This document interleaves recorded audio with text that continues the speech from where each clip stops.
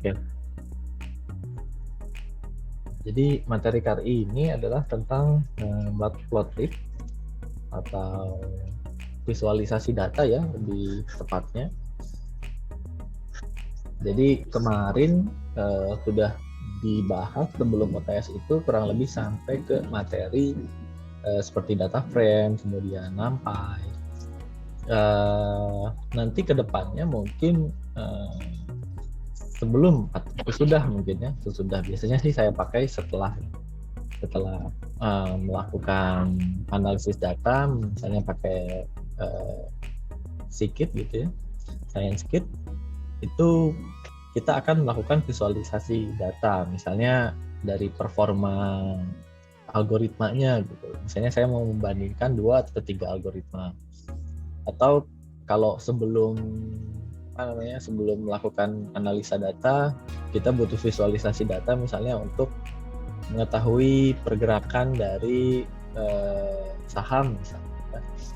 Di saham itu sebelum kita regresi atau kita sebelum prediksi harga saham besok, biasanya kita butuh pengen tahu dulu sih datanya kayak gimana. Itu biasanya direpresentasikannya dalam bentuk grafik gitu. Atau kalau contoh yang lain, seumpamanya jenisnya adalah klasifikasi, itu kalau klasifikasi itu kan biasanya labelnya ada 2 atau 3 ya, misalnya positif, negatif, kemudian mungkin kebanyakan ini positif, negatif, neutral, atau suatu penyakit misalnya, kayak kemarin contohnya, atau bunga iris misalnya. Bunga iris itu ada 3 golongan ya, atau 3 label, itu versicolor, virginica, sama setosa. Mungkin kita pengen tahu berapa banyak yang virginica, berapa banyak yang setosa, nanti divisualisasikan dalam bentuk diagram pie chart misalnya. Nah, itu fungsi-fungsi dari Matplotlib. Jadi untuk melakukan sebuah visualisasi data, itu teman-teman bisa lakukan sebelum gitu. Sebelum maksudnya memodelkan data gitu ya, menggunakan algoritma. Ini biasanya kalau sebelum berarti ya tadi kita ingin mengetahui gitu karakteristik data atau sebaran data. Jadi nanti ketahuan mana yang banyak, mana yang sedikit kalau seumpamanya klasifikasi gitu. Kemudian kalau setelah memodelkan data, berarti digunakan untuk biasanya ya membandingkan hasil atau performa algoritma gitu, atau membandingkan antara yang prediksi dengan yang realnya, atau saya gunakan seperti di sini tuh. Ini saya nggak bikin slide karena bingung juga bikin slide-nya gimana ya. Membandingkan hasil prediksi dengan data. Nah, itu beberapa fungsi dari visualisasi data. Nah, waktu pertemuan 1 sudah saya sampaikan bahwa ini mungkin akan dibagi jadi 2 part ya, ada part 1 sama part 2. Nah, yang part 1 ini kita akan bahas salah satunya, namanya adalah, kayaknya jangan dipeduli sebentar ya. Malas juga kalau capek-capek kayak gitu.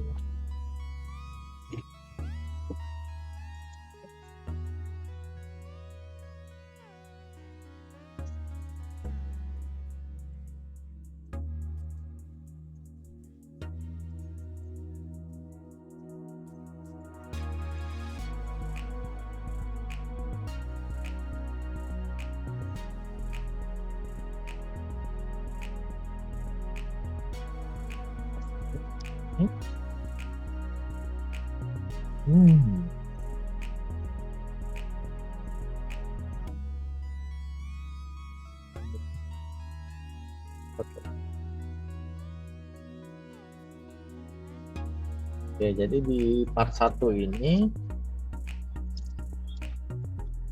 kita akan coba pakai library namanya Matplotlib. Ini banyak juga penggunaannya, tapi ya seperti biasa saya nggak bisa bahas banyak-banyak. karena kalau mau dibanyakin lagi kayaknya satu mata kuliah lagi ya untuk visualisasi data visualization itu butuh satu mata kuliah buat banyak sekali yang bisa ditampilkan dengan berbagai macam alternatif dengan berbagai macam grafik gitu yang bisa ditampilkan. Tapi di sini saya hanya bahas 3 secara umum aja ya grafiknya. Yang pertama mungkin akan dibahas tentang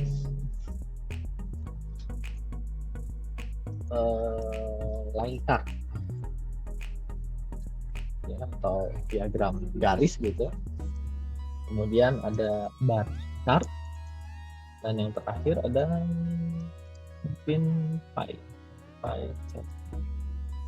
Untuk yang lainnya yang tidak ada seperti scatter plot, kemudian yang lain mungkin nanti dicoba didalami sendiri, karena untuk scatter plot misalnya dipakai untuk clustering misalnya.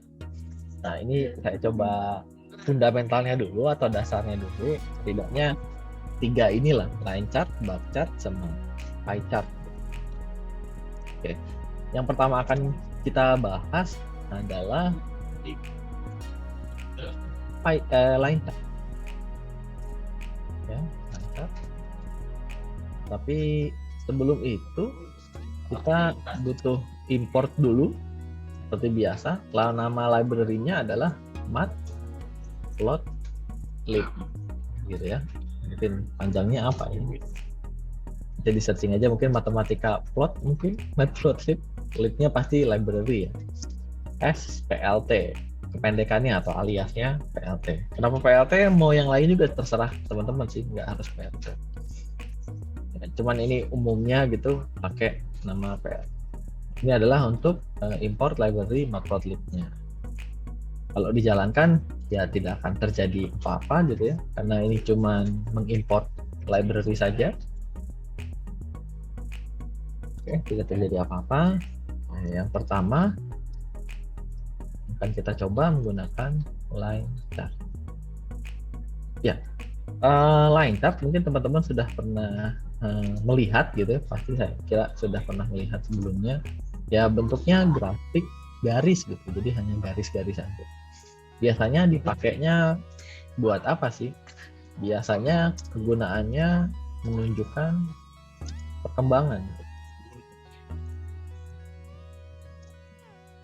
Ya ini bisa diarahkan misalnya ke misalnya time series prediction misalnya.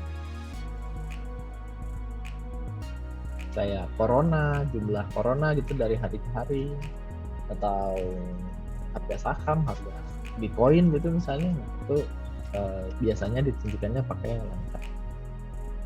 Apakah pakai bar chart? Bisa aja, cuma nggak enak aja gitu. Tapi kalau pakai pie chart kayaknya nggak bisa, kayaknya lucu juga kalau pakai pie chart ya. Jadi line chart itu biasanya digunakan untuk menunjukkan perkembangan, misalnya dari tahun 2016 berapa, 2017 berapa, 2018 dan seterusnya gitu. Atau bisa juga digunakan untuk ya prediksi nanti kedepannya kira-kira bakal naik atau bakal turun, itu bisa ditentukan dari chart. Ya, basicnya kalau teman-teman itu mungkin line chart itu paling sering muncul ketika di SMA gitu ya, dimana line chart itu ada 2 dimensi dan 3 dimensi. Ceritanya di sini saya masih main di 2 dimensi loh. Ya, untuk di 2 dimensi itu jelas line chart itu ada yang namanya aksis ya, atau apa ya namanya, sumbunya gitu ya. Sumbu itu aksis kan.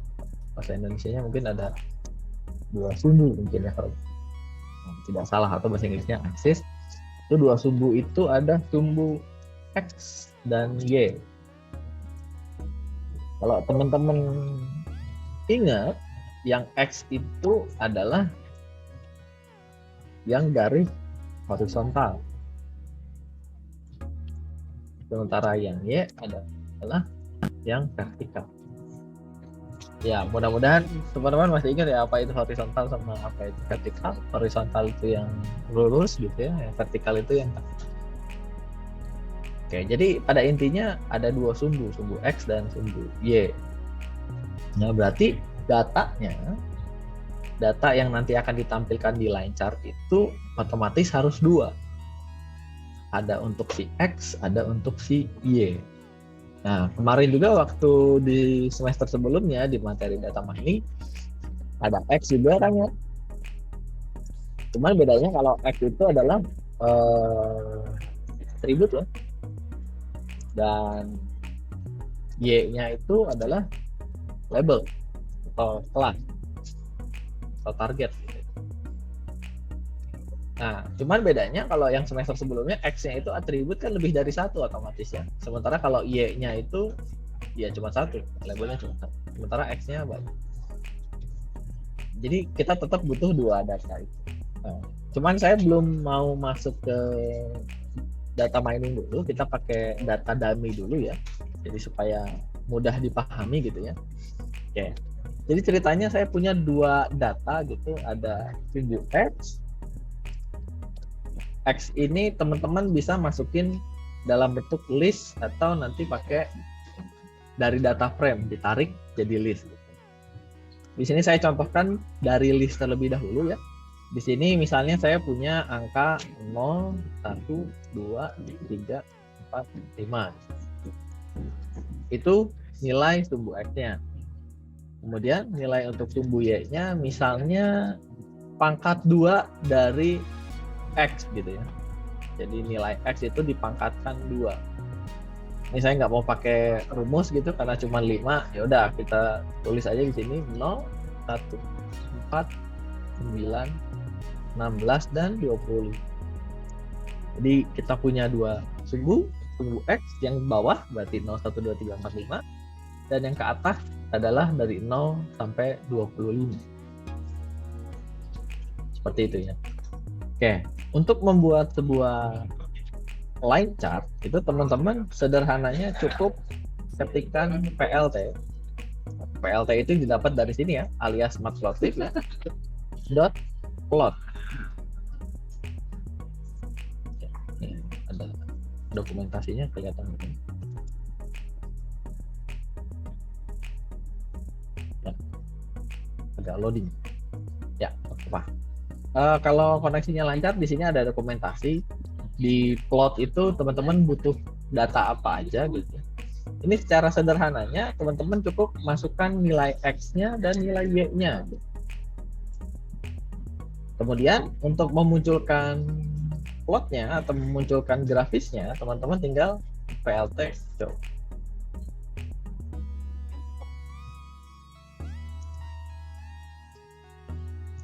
Yang ini belum begitu.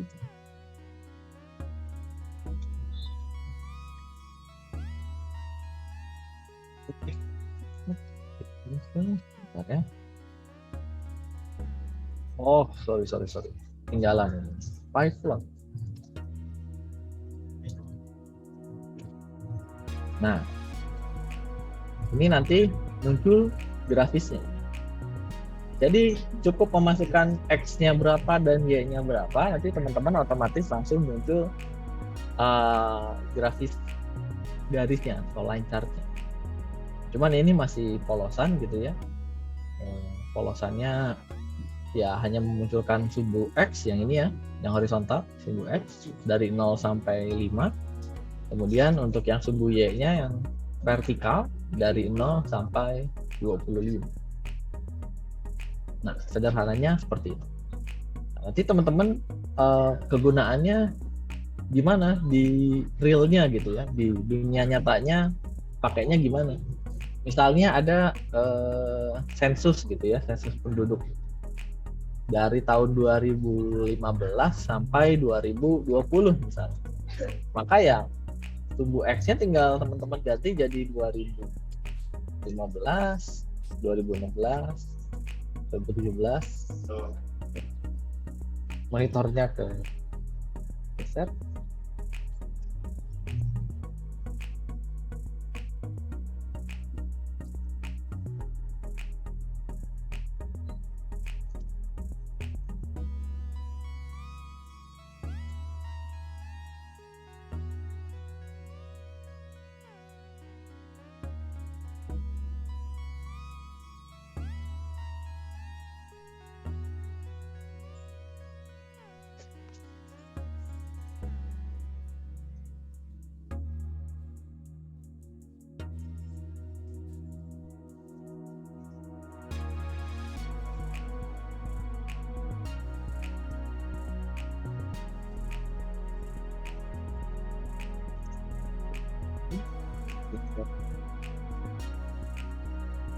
Betul.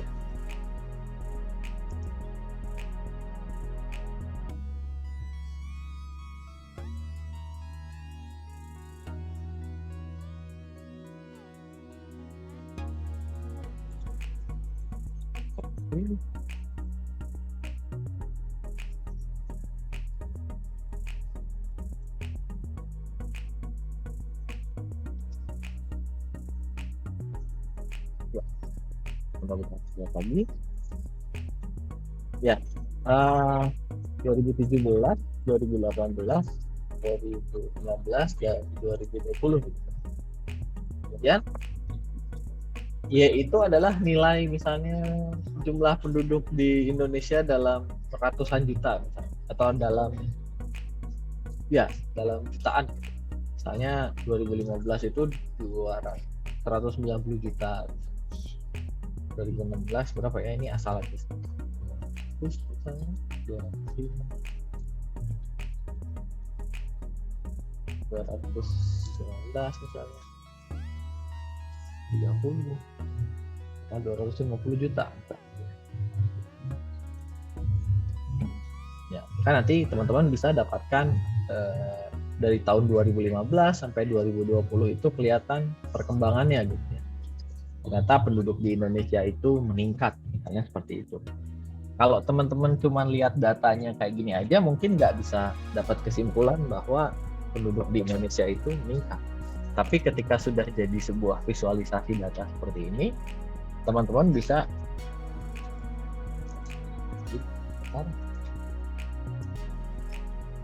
teman bisa dapatkan informasi bahwa Indonesia itu selama 5 tahun terakhir jumlah penduduknya meningkat. Itu salah satu fungsi dari visualisasi data. Cuman yang ini adalah paling sederhana sekali begitu ya. Belum ditambahkan kayak judul, kemudian label dari sumbu X-nya, label dari sumbu Y-nya, maka kita bisa tambahkan sedikit kosmetik gitu ya di dalamnya. Yang pertama, kita bisa tambahkan yang namanya title atau judul. Misalnya grafik tumbuhan penduduk Indonesia. Tuh. Nanti mungkin jadinya di atas. Gimana caranya buat di kanan, di kiri dan sebagainya itu sebetulnya ada juga di sini, tinggal parameternya aja ditambahin ya. Tapi intinya bukan itu. Intinya ya gimana sesederhana mungkin teman-teman bisa memunculkan grafik begitu ya. Nanti untuk ditambah-tambahkan, ganti warna dan sebagainya mungkin teman-teman bisa lakukan sendiri ya. Oke, berikutnya ada gimana cara namain sumbu X dan sumbu Y-nya. Caranya juga sama, cukup ketikkan plt.x label. Ini menentukan label untuk sumbu X-nya. Menentukan sumbu X-nya berarti yang ini ya. Kita kasih nama apa nih? Misalnya kasih nama tahun. Kemudian sumbu Y-nya ini adalah jumlah penduduk. Y label jumlah penduduk. Dijalankan, nanti teman-teman bisa dapatkan grafik yang cukup baik untuk nanti ditampilkan di laporan, di paper, di artikel. Itu bisa lebih informatif. Jadi di sini ada grafik pertumbuhan penduduk Indonesia tahun 2015 sampai 2020, jumlah penduduknya segitu. Nanti ketika realnya digunakan, X dan Y-nya kan nggak kita inputin sendiri ya. X dan Y-nya teman-teman bisa dapatkan dari import CSV misalnya. Kemudian diambil cuman tahunnya doang sama diambil jumlah penduduknya aja. Jadi nggak manual kayak gini. Ini supaya memudahkan karena baru belajar, kita manual dulu. Seperti itu ya. Oke, kurang lebih seperti itu untuk yang line chart atau grafik garis ya. Kemudian kita bisa ngapain lagi di sini? Misalnya kita bisa menambahkan garis lagi misalnya. Garisnya lagi misalnya pertumbuhan penduduk sama apa ya, yang bekerja gitu misalnya ya. Kayak X-nya jadi 2015 sampai 2020 tetap, cuman Y-nya ada 2. Y-nya ya ini namanya XY supaya memudahkan teman-teman memahami X itu adalah sumbu X, yang Y itu adalah sumbu Y gitu. X horizontal, Y vertikal, supaya nggak bingung. Tapi nanti kalau ada 2 kayak gini bingung, misalnya yang ini penduduk, ini tahun. Nanti di sini teman-teman tinggal ganti tapi dengan penduduk. Seperti itu ya. Kemudian gimana kalau kita tambahin lagi di sini ceritanya jadi apa tadi? Pengangguran. Jumlah pengangguran dari 2015 ke 2020 misalnya penganggurannya jutaan 40 juta misalnya, 30 juta berkurang terus naik lagi 50 juta misalnya, terus 55 juta terus 60 juta. Itu 2, 3, 4, 5, 6 atau lagi misalnya jadi 80 juta. Berarti ada 2 data yang mungkin nanti akan kita munculkan di sini, ada grafiknya penduduk. Nanti kita coba bandingkan dengan grafiknya pengangguran gitu ya. Pengangguran. Berarti kita buat satu plot lagi di sini. PLT.plot lagi, kemudian tahun dibandingkan dengan pengangguran.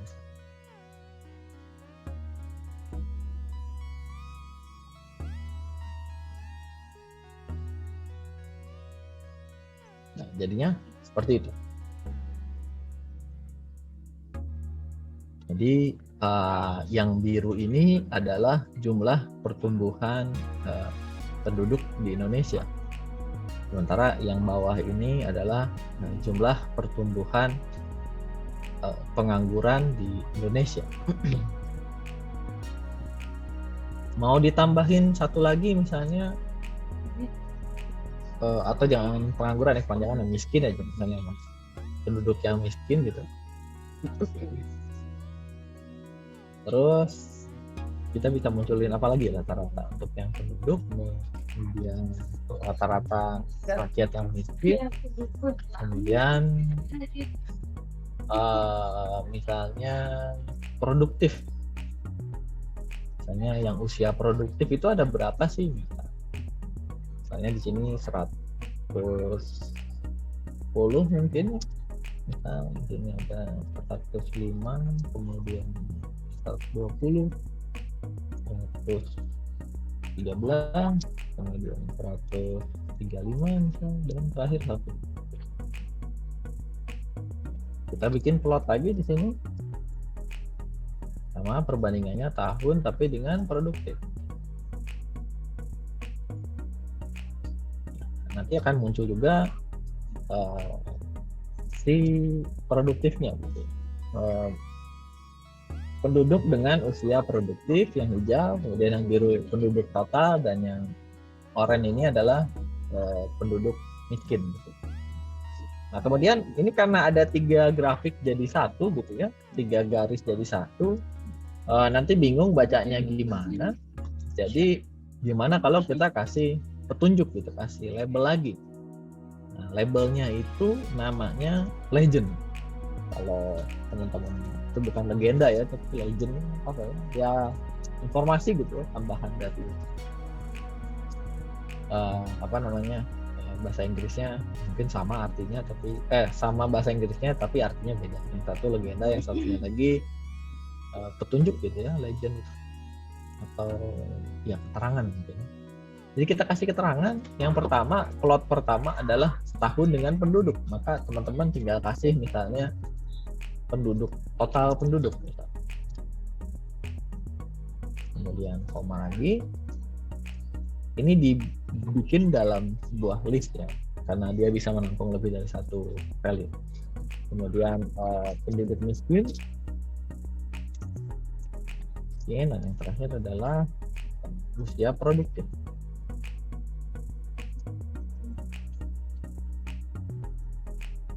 nanti akan muncul keterangan bahwa oh yang biru itu adalah total penduduk, yang oranye itu adalah penduduk miskin, dan yang hijau adalah masyarakat di usia yang produktif. Kemudian terakhir mungkin yang sering digunakan adalah gimana kalau mau membesar atau mengecilkan si grafiknya itu sendiri. Ini teman-teman harus pakai yang namanya subplot ya, ditambahkan apalah gitu namanya, figur atau ya gambar gitu ya, kalau bahasa Inggrisnya figur gitu, mau Indonesia GBR juga terserah lah, boleh figur. plt.subplot ini figur size, misalnya figur size nya 10x5, coba segini, cukup lumayan terlihat. Jadi 10 itu adalah panjangnya dan 5 itu adalah lebarnya. 10-nya itu ke kanan dan 5-nya itu ke. Oke. Mungkin itu untuk line chart ya. Saya kira defaultnya seperti ini. Dengan menampilkan data yang seperti ini aja, teman-teman mungkin bisa dapatkan gambaran gitu. Apapun datanya saya kira bisa terlihat, selama ya itu tadi tujuannya sesuai. Misalnya pengen tahu perkembangan. Kalau seumpamanya pengen tahu berapa banyak jumlah positif, berapa banyak jumlah negatif dalam sebuah data, ya saya kira agak pakai line chart kurang tepat gitu kan. Jadi kapan harus pakai line chart, kapan harus pakai bar chart, kapan harus pakai pie chart, itu menyesuaikan dengan karakteristik dari si datanya. Nggak semuanya cocok gitu. Semua bisa dibuatkan line chart, pie chart, bar chart bisa, tapi cocok atau enggaknya gitu ya. Seperti itu. Ya, mudah-mudahan ini kita cukup membantu nanti teman-teman ketika mengerjakan proyek akhirnya terkait satu buah analisis data gitu ya. Nanti bisa ditampilkan juga grafiknya atau visualisasi data. Nah, ini contoh dari yang line chart 2 dimensi. Jadi pada intinya sangat mudah sekali, hanya plot aja gitu ya. PLT plot. Masukin sumbu X-nya, masukin sumbu Y-nya. Udah selesai. Nggak susah-susah gitu. Yang lain ya cuma tambahan aja title, X label sama legend. Itu aja. Oke.